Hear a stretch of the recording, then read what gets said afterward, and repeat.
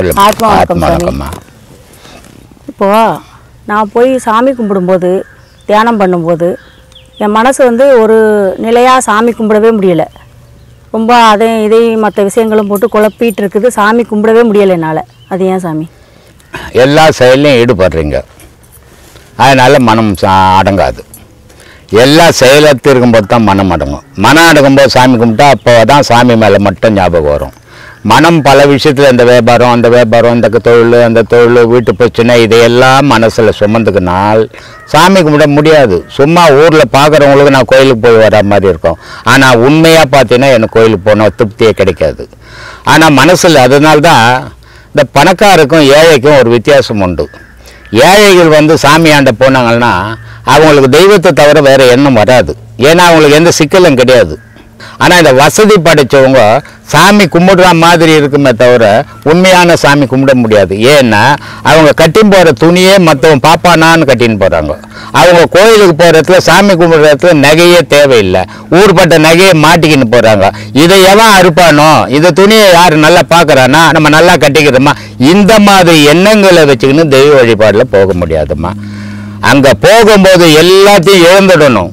கடவுள் மட்டும்தான் தெரியணும், நீ மட்டும்தான் தெரியணும். அதனால்தான் சொன்னார், ஒன்றென்று இரு தெய்வம் உண்டென்று இரு. இதுவே நான் செய்யும் உபதேசம்ன்றார் பட்டினத்தார். அந்த தெய்வத்தை மட்டும்தான் நம்ம மனம் யோசிக்கணும். அப்படி யோசிக்கிற நிலையை நம்ம உண்டாக்கிக்கணும் போகணும். அப்படி போனால் அமைதியாக கும்பிடலாம். 1000 எண்ணங்களை மனசில் வச்சுக்கணும். தெய்வத்தாண்ட போனீங்கன்னா சும்மா கை இப்படி இருக்கும், மனசு இருக்காது. அதனால் அது வீணான கும்பிடு தான், அது போலி கும்பிடுன்னு பேர் அதுக்கு. அதனால் தெய்வ வழிபாட்டில் அது மாதிரி இருக்கக்கூடாது. ஒரு நாள் நீ போய் கும்பிட்டீங்கன்னா கூட அதை மனப்பூர்வமாக அதனுடைய மனசில் நீ இடம் பிடிக்கிற மாதிரி வழிபடணும். அப்போ உன் மனசு முதல்ல சுத்தமாக்கி நாங்கள் போனீங்கன்னா தான் அதை வழிபட முடியும். அதனால் வீண் சஞ்சலங்களை ஏற்றுக்கணும். புருஷங்கிட்ட சண்டை போட்டுக்கணும், சாமிக்கிட்ட போய் சொல்லலாம். மாமியார்கிட்ட சண்டை போட்டுன்னு சாமிக்கிட்ட சொல்லலாம். பிள்ளைகிட்ட சண்டை போட்டு சாமின்னா மத்தியஸ்தரா. அதனால் இதையெல்லாம் எடுத்துக்கணும். கோயிலுக்கு போகும்போது அவங்களுக்கு மனம் நிற்காது. எதையும் இல்லை, எதுவுமே இல்லை, இறைவா நீ மட்டும் நிஜம், நான் மட்டும் நிஜம் நினைச்சால் தெய்வ வழிபாடு பண்ணலாம். இல்லைன்னா பண்ண முடியாது. கனவு எனக்கு அடிக்கடி ஒரு கனவு வருதுங்க சாமி. சரி. ஒரு 2-3 நாள், ஒரு வாரமாக தொடர்ந்து ஒரு கனவு வருது. சரி. அது ஒருத்தர் வர்றாரு அந்த கனவுல. சரி. அவங்க என்ன பண்ணுறாங்கன்னா, ஒரு உண்மையிலே ஒரு நாள் நான் ஒரு இடத்துக்கு ஒரு கடைக்கு போகும்போது என் முன்னால் அந்த ட்ரெஸ்லே, அதே கலர் ட்ரெஸ்ஸில் அந்த மாதிரி வர்றாங்க. அதுக்கு என்ன காரணம் சாமி? மனத்தினுடைய மனுஷன் படுக்கும்போது மனம் ஆன்மாவாகப்பட்டது வெளியே போகும். வெளியே போகும்போது அந்த ஆன்மாவினுடைய காட்சி எங்கே கிடச்சிதோ அதை நீ உடலோடு போய் பார்க்கல. ஆனால் ஆன்மாவினுடைய காட்சி எங்கே கிடச்சிதோ அது மனசுக்கு வந்துடுச்சு. அது தூக்கத்தில் கனவாக வரும். அந்த கண்ட காட்சி என்றைக்கோ ஒரு நாள் உனக்கு அது நிஜப்படுத்தும். இதுதான் அந்த காட்சி அப்படின்னு நிஜப்படுத்தும். இதுக்கு காரணம் ஆன்மாவினுடைய பயணம்தான். இப்போ 2 குழந்தைங்க இருக்கு. சரி. எனக்கு வந்து 2 குழந்தைங்கன்னு வைங்க, 2 பையன். அதில் வந்து ஒரு பையனை வந்து கான்வென்ட்டில் 2 பையனுமே கான்வென்ட்டில் தான் ஒரே ஸ்கூலில் படிக்க வைக்கிறோம். சரி. 2 பேருக்கும் ஒரே ட்ரெஸ்ஸு, ஒரே புக்கு, எல்லாமே சரி, எல்லாமே நல்லபடியாக வாங்கி கொடுக்குறோம். சரி. அதில் அந்த ஒரு பையன், மூத்த பையன் என்னன்னா, ஸ்கூலில் பாடம் நடத்தும் போதே கவனிச்சுட்டு வந்து ஃபர்ஸ்ட் மார்க் வாங்குறான். சரி. அந்த 2வது பையனை எங்கெங்கேயோ டியூஷன்லாம் கொண்டு போய் விட்டு படிக்க வச்சு எவ்வளவுதான் அவனுக்கு புத்திமதி இதெல்லாம் சொல்லி கொடுத்தா கூட அவனுக்கு படிப்பே மண்டையில ஏறல. அவனும் உட்காந்து படிக்கிறான். சரி. ஆனா மண்டையில மூளையில ஏறவே இல்லை. சரி. இதுக்கு யார் தப்பு? அவன் தப்பு தான், உன் தப்பு இல்லை. ஏன்னா அதுக்கு தான் நான் ஏற்கனவே சொல்லியிருந்தேன். ஒரு சொரக்கா விதை, நீட்டு சொரக்கா விதையினுடைய விதை நட்டினா அது செடியாக வளர்ந்து காய் காய்க்கும் போது நீட்டு சொரக்கா தான் காய்க்கும். குண்டு சொரக்காவினுடைய விதை நட்டினா அது வளர்ந்து காய்க்கும் போது குண்டு சொரக்கா தான் காய்க்கும். அப்போது அந்த விதைக்கு ஏற்ற மாதிரி அதனுடைய காய். அப்போது உன்னுடைய பிள்ளைன்றது அதுக்கு போட்டுங்கிற வீடு தான், உடல் தான் உன்னுடைய பிள்ளை. உள்ளே இருக்கிறது உன்னுடைய பிள்ளை இல்லை. அப்போது இது வேறுபடுது. ஒரு பிள்ளை நல்லா இருக்குது, ஒரு பிள்ளை படிக்க மாட்டேங்குது. ரெண்டும் நீ பெற்ற பிள்ளை தான். ஒரே மாதிரி தானே இருக்கணும். உன் பிள்ளையாக இருந்தால் ஒரே மாதிரி இல்லை, வேறு வேறு. இது புரியவே புரியாது. எவ்வளோ வீடு கிளாஸில் சொல்கிறேன் நான். இப்போ 4 வீடு கட்டி வச்சுக்கிறீங்க, 4 வீடும் கொடுத்தனும் விட்டுக்கிறீங்க. ஒரு வீட்டில் நீங்கள் இருக்கிறீங்க. ஆனால் நீங்கள் என்ன சொல்கிறீங்க, வீடு எந்து அப்படின்னு சொல்கிறீங்க இல்லையா? ஆனால் அதில் கொடுத்தனுங்கிறவன் என்ன சொல்கிறான், என் வீடுன்னு அட்ரஸ் கொடுக்குறான். அப்போ அவன் இருக்கிறவன் உங்கள் பையனா? இல்லை, வேற யாரோ. ஆனா வீடு என்னமோ உங்களது தான்.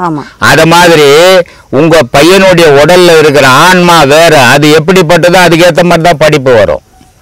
ஆனா அந்த உடல் நீங்க செய்தது. அதே மாதிரி பெரிய பையன் நல்லா படிக்கிற பையனும் உடல் தான் நீங்க செய்தது, அதுல இருக்கிற ஆன்மா அது மாதிரி. இப்போ ஒரு டிவியில நீங்க பார்த்துருப்பீங்க, ஒரு 3 வயசு பொண்ணு திருக்குறளை தலைக்கீழே சொல்லு, தாய் தகப்பனால் கூட சொல்ல முடியாது. அது இன்னும் ஸ்கூலுக்கு போய் ஒரு 5வது 10வது படிச்சு பேசுதுன்னா கூட பரவாயில்ல. 3 வயசு குழந்தை கேள்வி கேட்கறான், எந்த பக்கம் முன்ன பின்ன கேள்வி கேட்கறான் சொல்லுது. இது காரணம் என்ன? தாய் தகப்பனா? இல்லை. அந்த உடலுக்குள்ள வந்து புகுந்த அந்த ஆன்மா முன்னாடியவே சிறந்த படிப்பாளியா இருந்திருக்கும். அது இந்த பிறவியில வெளிப்படுது. இது புரியாம என் குழந்தை பாருங்க பேசுதுன்னா எல்லா குழந்தையும் பேசணுமே, பேசலையே. இதுக்கு காரணம் அந்த உடலுக்குள்ள புகுற ஆன்மாவை பொறுத்து தான் அந்த குழந்தைங்களோட செயல்பாடுகள். இப்போ தாய் தப்ப நல்ல குழந்தைங்களா இருக்கணும்னு பிள்ளைங்களை வளர்க்குறான். எவ்வளோ கஷ்டப்பட்டு தாய் தப்பை வளர்க்குறான். பிள்ளை நல்ல பிள்ளையா இருக்குதா? தாய் தப்புன்னு நினைக்குதா? வளர்ந்து சுயமா வந்த உடனே மனைவி வந்துட்டாள்னா போதும், தாயாவது தகப்பனாவது, மனைவி தான் கடவுள். அப்ப மனைவியை கடவுளாகும் போது அவன் தாய் தகப்பனை மதிப்பானா? மதிக்கிற மாதிரி இருக்குமே தவிர உண்மையா மதிக்க மாட்டான். தாய் தகப்பன் சொல்றத அப்ப கேட்க மாட்டான். கல்யாணத்துக்கு முன்ன நீ என்ன சொன்னியோ அதுதான் வேத வாக்கு. ஆனா கல்யாணம் ஆனவன மனைவி சொல்றது தான் வேத வாக்கு. நீ சொல்றத போமா அவனுக்கு வேலை இல்லைன்ட்டு போயிடுவான். அப்போ அதுக்குள்ள இருக்கிற பொருள் நீ இல்லை, உன் பொருள் இல்லை, வேற பொருள். வீடு தான் உந்து, குடுத்தனங்கரும் வேற.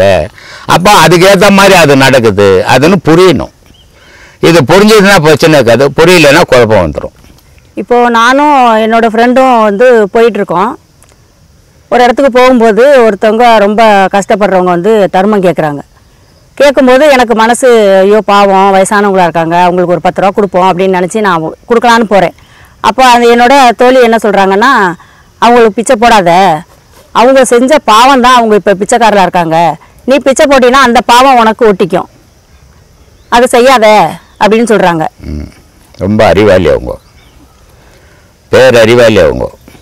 நீ தர்மம், அதுக்கு தான் சொன்னான் செவ்வாய்க்கு, ரொம்ப அழகாக சொன்னான். தர்மத்தை விட ஒரு சிறந்த பரிகாரம் வேறு எதுவுமே இல்லைடா, கடவுள் வழிபாடு கூட இல்லைடான்ட்டான். ஏன்னா கடவுளால் கூட நீ செய்த பாவத்தை அழிக்க முடியாது. கடவுளுக்கு உன்னை சேர்த்துப்பானே தவிர உன் பாவத்தை சேர்க்க மாட்டான். அப்போ பாவத்தை நான் என்னப்பா பண்ணுறதுன்னா, நீ தர்மத்தால் அழிச்சிக்கோ அப்படின்னா. அதனால் சொல்கிறான், மாடை மனை கூட கோபுரங்கள் கூட வருமோ, ஓடியிட்ட பிச்சையும் முகுந்து செய்த தர்மமும் சாடி விட்ட குதிரை போல் வருமேன்றான். உன்னுடைய மரணத்தில் நீ செய்த தர்மம் தான் உன்னை வந்து காப்பாற்றுமே தவிர உன் பிள்ளையால் காப்பாற்ற முடியாது, உன் பொண்ணால் காப்பாற்ற முடியாது, உன் சொந்த பந்தத்தால் காப்பாற்ற முடியாது. நீ செய்த தர்மம் தான்டா காப்பாற்றோன்றான். அதை போய் ஒன்று தடுக்குதுன்னா அதை விட கெட்ட பொம்பளை யாரும் இருக்க முடியாதுன்னு நினைக்கிறேன் நான். ஏன்னா தர்மம்ன்றது நீ எப்போ கொடுக்குறியோ அவன் பாவத்தை அனுபவிச்சானோ பாவத்தை அனுபவிக்கல இருக்கட்டும். ஆனால் நீ தர்மம் பண்ணும்போது உனக்குள்ளே இருக்கிற பாவம் அவங்ககிட்ட போயிடும். அப்போ நீ ஃப்ரீயாக ஆகிடுவேன். அது புரியாத அவன் பாவம் பண்ணா வருமா உனக்கு? நீ அவங்ககிட்ட இருந்து வாங்கினா தானே வரும். நீ கொடுத்து பழகிற உனக்கு எப்படி வரும்? அதனால இது அறியாமையில் சில பேர் திமிரில் பேசுறதும் உண்டு, சில பேர் அறியாமையில் இது உண்மை தெரியாமல் பேசுறதும் உண்டுமா.